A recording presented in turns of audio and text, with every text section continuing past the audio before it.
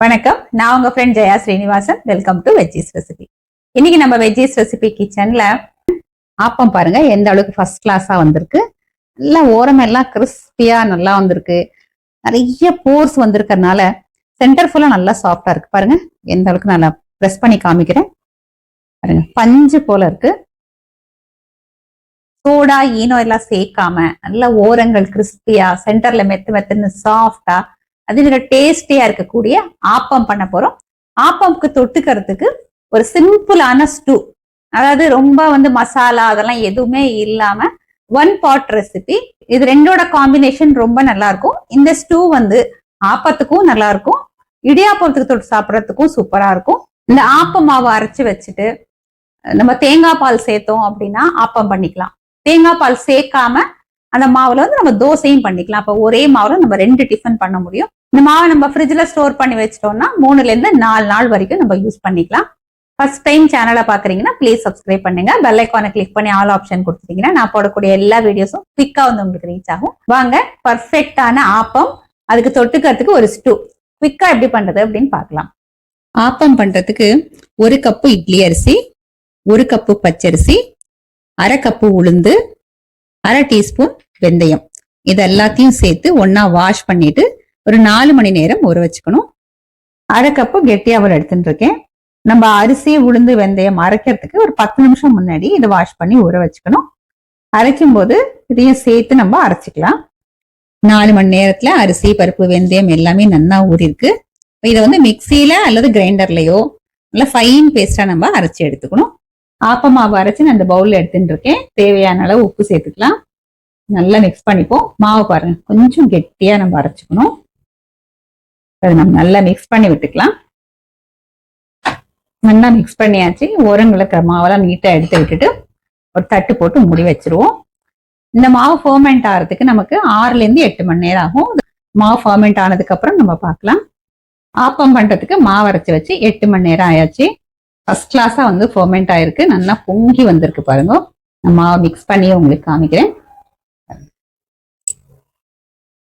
ரொம்ப நல்லா ஃபர்மெண்ட் ஆயிருக்கு. நம்ம இப்ப இதுல இருந்து தேவையான அளவு மாவு மட்டும் எடுத்துட்டு மிச்ச மாவை நம்ம ஃப்ரிட்ஜ்ல வச்சுக்கலாம். இப்போ ஆப்பத்துக்கு சிம்பிளா அதுல நல்லா டேஸ்டியான ஒரு சைட் டிஷ் பண்ணிட்டு அதுக்கப்புறம் நம்ம ஆப்பம் பண்ணிக்கலாம். நல்ல ஒரு பெரிய தேங்காயில இருந்து ஒரு மூடி நான் தேங்காய் துருவி எடுத்துட்டு இருக்கேன். இதுல இருந்து நம்ம தேங்காய் பால் எடுத்துக்கணும். ஒண்ணு திக்கான தேங்காய் பால், தனியா கொஞ்சம் தண்ணியா இருக்கும் இல்லையா, அந்த மாதிரி தேங்காய் பால் எடுத்துக்கணும்.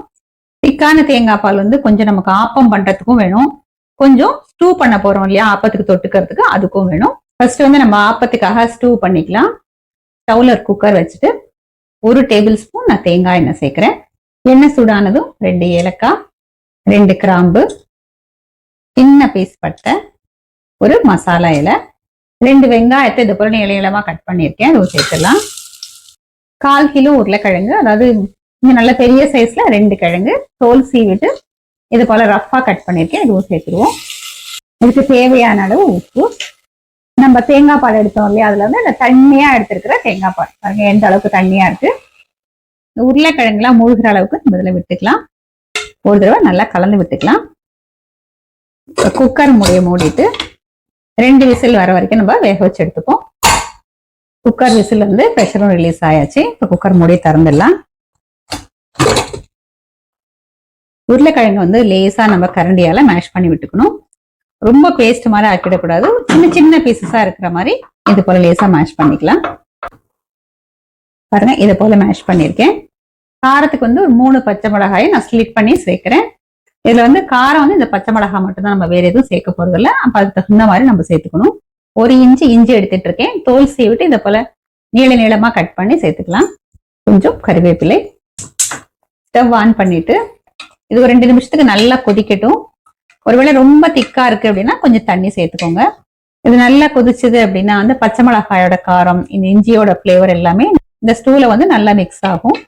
2-3 நிமிஷத்துக்கு நல்லா கொதிச்செடுத்து கொஞ்சம் திக்கா இருக்கு. இப்ப ஸ்டவ் ஃப்ளேமை சிம்ல வச்சுட்டு திக்கான தேங்காய் பால் ஒரு 1/2 கப் விட்டுடலாம். அந்த ஃபர்ஸ்ட் தேங்காய் பால் எடுத்துருக்கோம் இல்லையா, அது ஒரு தடவை நல்லா மிக்ஸ் பண்ணி விட்டுடுவோம். இப்ப பாக்கிறதுக்கு ரொம்ப தண்ணியா இருக்கிற மாதிரி இருக்கு, ஆனா இது சூடு ஆறும் போது திக்காகும். ஃபர்ஸ்ட் தேங்காய் பால் சேர்த்ததுக்கு அப்புறம் ரொம்ப கொதிக்க விட வேண்டாம். லேசா ஒரு கொதி வந்தா போதும். பாருங்க லேசா ஒரு கொதி வர ஆரம்பிச்சாச்சு. இப்ப ஸ்டவ் ஆஃப் பண்ணிக்கலாம். கொஞ்சம் ஃப்ரெஷ்ஷா கட் பண்ண கொத்தமல்லி தூவிக்கலாம். கொஞ்சம் தேங்காய் எண்ணெய் விட்டுடலாம். 1 டேபிள் ஸ்பூன் அளவுக்கு விடுறேன். ஒரு மூடியை போட்டு மூடிடுவோம். ஒரு 2 நிமிஷம் கழிச்சு நம்ம சர்விங் பவுலுக்கு மாத்திக்கலாம். ஆப்ப மாவு தேவையான அளவுக்கு இந்த பவுல்ல எடுத்துட்டு இருக்கேன். மீதி வந்து ஃப்ரிட்ஜ்ல வச்சிருக்கேன். இந்த மாவு வந்து நல்லா நம்ம கெட்டியா அரைச்சிருக்கோம். தேங்காய் பாலும் திக்கான தேங்காய் பால், ஃபர்ஸ்ட் தேங்காய் பால் இருக்கும் இல்லையா, அது இதுல விட்டு இது கொஞ்சம் நம்ம டைல்யூட் பண்ணிக்கலாம். நல்லா கலந்து பார்ப்போம். இது தோசை மாவோட கொஞ்சம் திக்கா இருக்கணும். இட்லி மாவுக்கும் தோசை மாவுக்கும் நடுவுல பாருங்க. இப்ப இது கரெக்டா இருக்கு.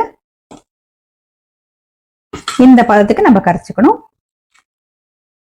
இப்ப இந்த மாவுக்கு நம்ம சோடா ஈனம் எதுவுமே சேர்க்க வேண்டியது இல்லை. நம்ம டைரக்டா இப்ப ஆப்பம் பண்ணிக்கலாம். ஆப்பம் பேன் நல்லா சூடாயிடுது. லேசா வந்து எண்ணெய் கிரீஸ் பண்ணிருக்கேன். நமக்கு ஆப்பம் எந்த சைஸ்ல வேணுமோ அது தகுந்த மாதிரி மாவு விட்டுக்கலாம். நான் ஒரு 1.5 கரண்டி மாவு விடுறேன். 2 சைடு இந்த ஹேண்டில் இருக்கும், அதை பிடிச்சிட்டு இதை நம்ம அழகா அப்படியே சுழட்டி விடணும்.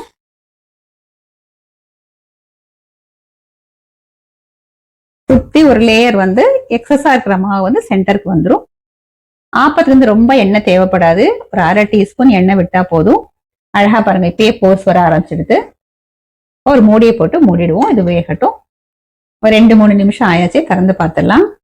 பார்த்தாலே தெரியாது பாருங்க, நல்லா கிறிஸ்பியா வந்திருக்கு. ஓரங்கள் வந்து எலும்பி வந்தாச்சு. நம்ம கையாலேயே எடுத்துடலாம். இதுக்கு வந்து கரண்டியே தேவையில்லை. இது போல மொறுமொறுன்னு வேண்டாம் அப்படின்னா நம்ம இன்னும் சீக்கிரமே கூட எடுத்துக்கலாம். பாருங்க எந்த அளவுக்கு ஃபர்ஸ்ட் கிளாஸா வந்திருக்கு. ஓரங்கள் ஃபுல்லா நல்லா மொறுமொறுன்னு இருக்கு. சென்டர்ல வந்து நல்லா பஞ்சு போல சாஃப்டா இருக்கு. பாருங்க அழகா கிறிஸ்பியா ஃபர்ஸ்ட் கிளாஸா வந்திருக்கு. மாதிரி கிறிஸ்பியா வேண்டாம், ஃபுல்லாவே சாஃப்டா தான் வேணும் அப்படின்னா ஒரே நிமிஷத்துல வெந்துடும். நம்ம எடுத்துக்கலாம். ஆப்பம் அதுக்கு தொட்டுக்கிறதுக்கு ஸ்டூ ரெண்டுமே வந்து ரொம்ப குவிக்கா ஃபர்ஸ்ட் கிளாஸா ரெடி ஆயாச்சு. எந்த அளவுக்கு நல்ல ஓரங்கள் கிறிஸ்பியாவும் நல்ல சென்டர்ல சாஃப்டாவும் வந்திருக்கு அப்படிங்கறத நம்ம பார்த்துட்டோம். இப்ப நம்ம டேஸ்ட் பண்ணி பார்த்துடலாம். நல்ல பஞ்சு போல சாஃப்டா இருக்கு. ஆப்பத்தை நம்ம இப்ப ஸ்டூல தொட்டு டேஸ்ட் பண்ணி பார்க்கலாம்.